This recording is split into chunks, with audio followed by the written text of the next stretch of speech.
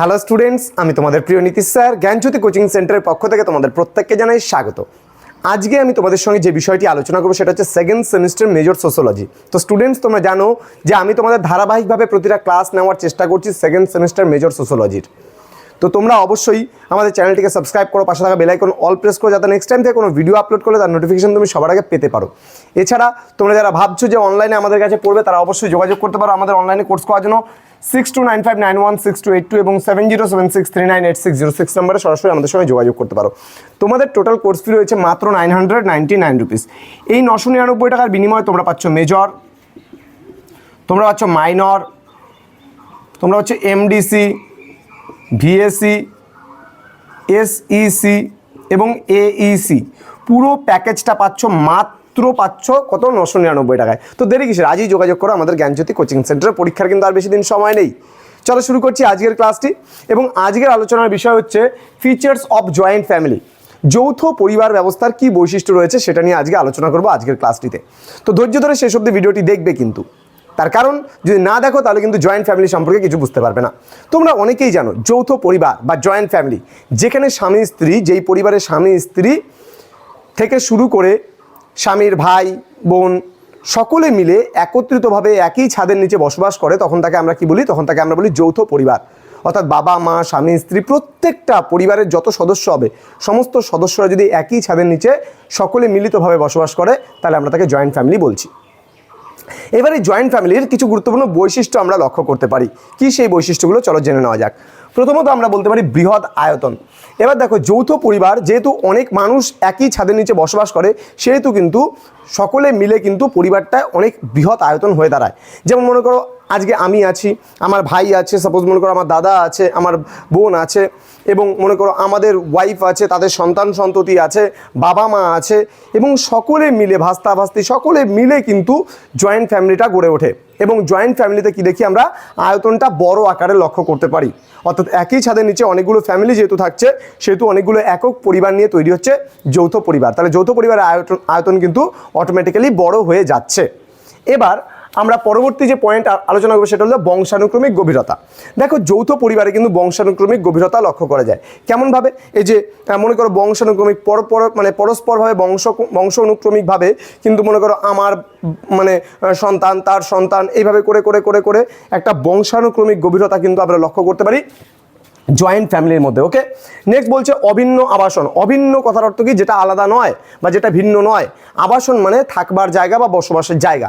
Suppose মনে করো আমরা এই ছাদের নিচে একত্রিতভাবে বাড়ির প্রত্যেকটা সন্তান সন্ততি আমরা বসবাস করছি একই ছাদের নিচে, তাহলে এখানে আমাদের কি আবাসনটা কিন্তু আলাদা হয়ে যাচ্ছে না, আমাদের বাড়ি কিন্তু আলাদা হয়ে যাচ্ছে না। তাহলে পরিবারের যত সদস্য আছে তারা কিন্তু একই আবাসনে অর্থাৎ একই ছাদের নিচে বসবাস করছে। যেহেতু একই ছাদের নিচে তারা বসবাস করছে, তাহলে কি একই আবাসন হচ্ছে, তাহলে এই জন্য বলছে অভিন্ন আবাসন। এবার নেক্সট আমরা 4 নম্বর পয়েন্ট যেটা আলোচনা হবে সেটা হলো যৌথ সম্পত্তি।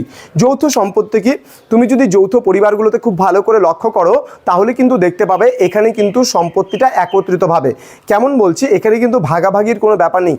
ভাইয়েরা অনেক বছর থেকে হয়তো একই সাথে থেকে যাচ্ছে, কিন্তু তাদের মধ্যে সম্পত্তির কোনো ভাগাভাগি নেই। তাহলে এখানে বোঝানো হয় যৌথ সম্পত্তি। এবার সাপোজ মনে করো বাবার অধীনে আমার বাবার মনে করো জমি আছে, সাপোজ মনে করো 4-5 বিঘা জমি আছে। এবার সেই জমিগুলোতে আমরা মনে করো ভাইয়েরা মিলে একসাথে কৃষিকাজ করছি সেই জমিতে, এবং জমিগুলো কিন্তু ভাগাভাগি করছি না, আমরা সকলে মিলিতভাবে আমাদের বউ বাচ্চা সকলে মিলে মিলিতভাবে আমরা সেই জমিতে চাষাবাদ করছি। তাহলে এই যৌথ পরিবারের সম্পত্তি কিন্তু ভাগ বাটোয়ারা আমরা লক্ষ্য করতে দেখি না। সম্পত্তি নিয়ে কোনো ঝামেলাও এখানে সৃষ্টি হয় না খুব একটা বেশি যৌথ পরিবারগুলোতে। যখন সেগুলো ঝামেলা সৃষ্টি হয় তখন কিন্তু তারা একক পরিবারে পরিণত হয়ে যায়। কিন্তু বেশিরভাগ আমাদের ভারতবর্ষের যৌথ পরিবারগুলোতে আমরা লক্ষ্য করবো এখানে যৌথ সম্পত্তি দেখা যায়। এবং নেক্সট পয়েন্ট যেটা আসবে কৃষিভিত্তিক অর্থনীতি। আমি একটু আগেই তোমাদেরকে বললাম কৃষিভিত্তিক অর্থনীতি বলতে গেলে কি বোঝাচ্ছে? কৃষিভিত্তিক অর্থনীতি বলতে বোঝাচ্ছে যে কৃষির ওপর নির্ভর করে কিন্তু যৌথ পরিবারের অর্থনীতি বিকশিত হয়। সাপোজ মনে করো যে একটু আগে বললাম আমার বাবার অধীনস্থ সাপোজ মনে করো 5 বা 6 বিঘা জমি আছে। এবার সেই জমিতে আমরা মনে করো 3 ভাই মিলে কাজ করছি, এবং সেই কাজ করে আমরা এখানে অর্থ উপার্জন করছি। আমাদের ওয়াইফরা যতটা পারছে তারাও তাদের শ্রমদান করছে। এইভাবে করে পরিবারের ছোট ছোট সন্তানেরাও যতটা পারছে তোমার শ্রমদান করছে। এইভাবে যৌথ পরিবারে যেহেতু আমি বললাম যে কৃষিভিত্তিক অর্থনীতির উপর বেস করে এই যৌথ পরিবারগুলো বেশিরভাগ গ্রামীণ ক্ষেত্রে লক্ষ্য করা যায়, সেহেতু কিন্তু এটাও একটা যৌথ পরিবারের বৈশিষ্ট্য হতে পারে। পরবর্তী প্রশ্ন আমি বললাম পারস্পরিক দায়বদ্ধতা। পারস্পরিক দায়বদ্ধতা কি? এবার যৌথ পরিবারে কিন্তু একজন আরেকজনের প্রতি কিন্তু একটা দায়বদ্ধতা থাকে। সাপোজ মনে করো আমি কিছু করলাম, এবার মনে করো সে কিছু করলো না, এরকম টাইপের কিন্তু যৌথ পরিবারে হয় না। যৌথ পরিবারের ব্যাপারটা কি আছে, সকলে মিলে সম্মিলিতভাবে একত্রিতভাবে কিন্তু কাজ করতে হয়, তা না হলে কিন্তু যৌথ পরিবারে ঝামেলার সৃষ্টি হতে পারে। তাহলে পারস্পরিক দায়িত্ব বলতে গেলে প্রত্যেকের প্রতি প্রত্যেকের একটা দায়বদ্ধতা থাকতে হবে। সাপোজ আমার ভাইয়ের প্রতি আমার কিছু দায়বদ্ধতা আছে। এবার সাপোজ মনে করো দেখা গেল যে যৌথ পরিবারে সাপোজ মনে করো আমরা তিন ভাইয়ের মধ্যে সাপোজ বড় যে ভাই আছে, সাপোজ মনে করো সেই বড় ভাইয়ের মনে করো কোনো কারণবশত শরীর অসুস্থ হয়েছে। এবার তাহলে তার শরীর অসুস্থ হয়ে গেছে, তো সে কাজকর্ম করতে পারছে না, কিন্তু তার প্রতি তো আমাদের একটা দায়বদ্ধতা থাকতে হবে। আমরা যে বাকি দুই ভাই আছে সেই কাজটা আমরা সামলে নিতে হবে এবং সেই বড় ভাইকে কিন্তু সাপোর্ট করতে হবে। অর্থাৎ এটাই কিন্তু আমাদের দায়বদ্ধতা বা এটা আমাদের দায়িত্বর মধ্যে পড়ছে। নেক্সট আমরা যে পয়েন্টে চলে আসবো সেটা হলো সাধারণ রান্নাঘর। এবার এখানে তুমি কমন কিচেন পাবে। যে যৌথ পরিবারে কিন্তু কিচেন কিন্তু আলাদা আলাদা হয় না। কিচেন কী হবে, যেই পরিবারে কিন্তু কিচেন একটাই থাকবে, অর্থাৎ কি এখানে বলা হয়েছে সাধারণ রান্নাঘর, একটাই রান্নাঘর থাকবে। যৌথ পরিবার মনে করো তিন ভাই আছে, বাড়িতে তিন ভাইয়ের মধ্যে তাদের একটাই রান্নাঘর হবে, তাদের কিন্তু আলাদা আলাদা তিন ভাইয়ের জন্য তিনটে আলাদা আলাদা রান্নাঘর বা সেপারেট রান্নাঘর কিন্তু হবে না। তাহলে kitchen only one kitchen, common kitchen থাকছে। এখানে কিন্তু কোনো সেপারেট কিচেন কিন্তু তিন ভাইয়ের জন্য থাকছে না। তাহলে এখানে সাধারণত আমরা একটা সাধারণ রান্নাঘর দেখতে পাই। তাহলে এটাও কিন্তু তোমার যৌথ পরিবারের একটা গুরুত্বপূর্ণ বৈশিষ্ট্য। এবার ধর্মীয় অভিন্নতা মানে কি কোনো ধর্মীয় ভেদাভেদ তুমি লক্ষ্য করতে পারবে না যৌথ পরিবারে। যেমন সাপোজ মনে করো যৌথ পরিবার দেখা গেল আমাদের বাড়িতে সাপোজ মনে করো বড় করে একটা সময় আমাদের, যেমন সত্যি কথা বলতে একটা সময় আমাদের বাড়িতে বিশাল বড় করে মনসা পুজো হতো, এটা বাংলাদেশ থেকেই হয়ে আসছিল এবং এখন মানে জাস্ট বাদ রয়েছে কয়েক বছর থেকে, মানে কিছু পরিকাঠামোর অসুবিধা থাকার কারণে সেটা বাদ রয়েছে। কিন্তু